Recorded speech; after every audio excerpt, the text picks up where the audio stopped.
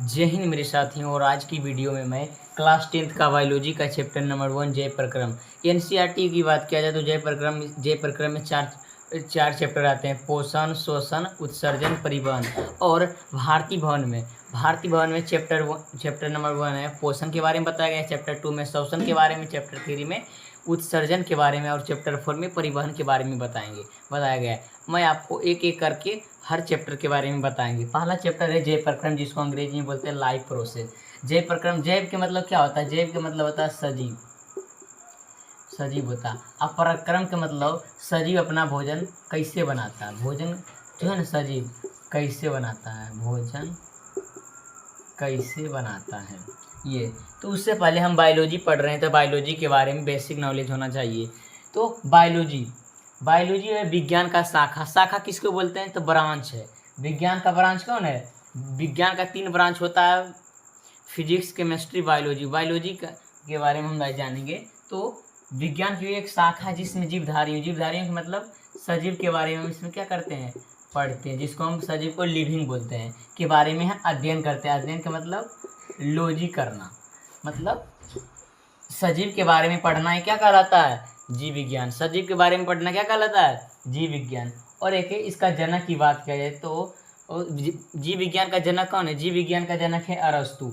और हम सजीव, जिसको लिविंग और नॉन लिविंग के बारे में पढ़ लेते हैं। सजीव क्या होता है? तो जो सांस लेता है। सजीव किसको बोलेंगे? जो सांस लेता है और जो जनन की प्रक्रिया करता है, जो वृद्धि भी करता है। को यदि इस स्केच पेन की बात किया जाए तो ये आज इतना है तो 1 साल के बाद क्या रहेगा? इतना ही रहेगा। यदि हमारा बात किया जाए तो हम अभी जितना भी साल के हैं आगे चलकर बढ़ जाएंगे। तो हम क्या करते हैं? वृद्धि करते हैं। हमारे मनुष्य क्या करता है? वृद्धि करता है। तो सजीव क्या करता है? वृद्धि करता है और प्रजनन करता है। श्वसन मतलब सांस भी लेता है। सांस में क्या लेता है? ऑक्सीजन लेता है, छोड़ता है कार्बन डाइऑक्साइड। अब पोषण हम इस चैप्टर में पढ़ेंगे, जिसको हम अंग्रेजी में न्यूट्रिशन बोलते हैं। और निर्जीव का लक्षण की बात किया जाए जिसमें वृद्धि नहीं होगा, श्वसन नहीं होगा, प्रजनन नहीं होगा, मतलब उसका विपरीत, मतलब उसका उल्टा हो जाएगा। और जीव विज्ञान 2 प्रकार के होते हैं, एक वनस्पति विज्ञान, दूसरा जंतु विज्ञान। वनस्पति विज्ञान को हम बॉटनी बोलते हैं, जंतु विज्ञान को हम जूलॉजी बोलते हैं। और बॉटनी का जनक की बात किया जाए तो थियोफ्रेस्टस है। थियोफ्रेस्टस। वनस्पति विज्ञान का जनक कौन है? थियोफ्रेस्टस। और जो जंतु विज्ञान का जनक अरस्तु ही है।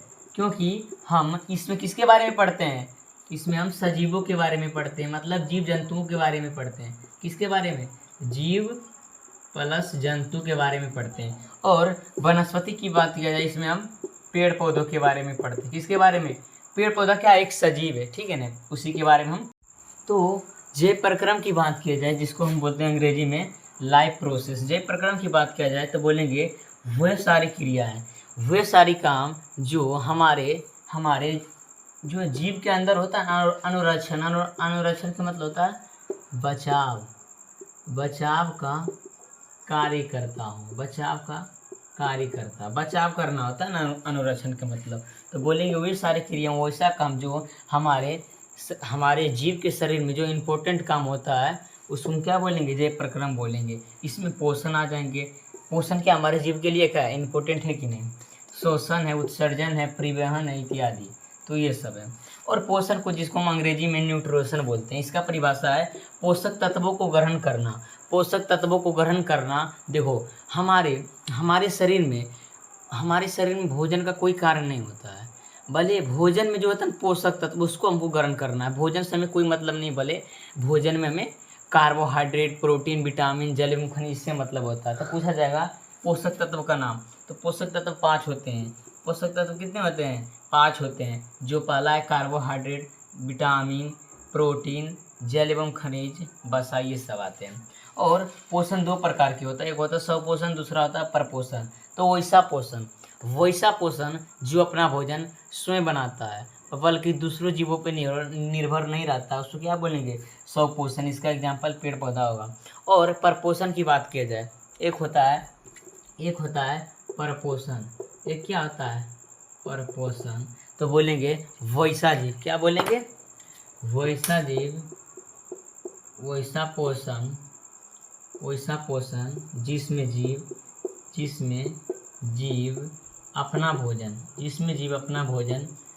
भोजन स्वयं नहीं बनाता है, स्वयं नहीं बनाता है, स्वयं नहीं बनाता है, उसे परपोषण कहते हैं। उसे क्या बोलेंगे?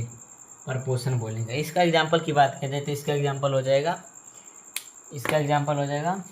जंतु, जंतु हो जाएगा, ठीक है ना। तो हम पोषण बता दिए कि पोषक तत्वों को ग्रहण करना, पोषक तत्वों को ग्रहण करना क्या कहलाएगा? पोषण कहलाएगा। पहले हम जानते हैं जय प्रक्रम, जिसको लाइफ प्रोसेस अंग्रेजी में बोलते हैं। तो वे सारी क्रियाएं जिनके द्वारा क्या होता है? जीवों का अनुरक्षण होता है। इसका एग्जाम्पल हो जाएगा पोषण, श्वसन, सृजन, परिवहन।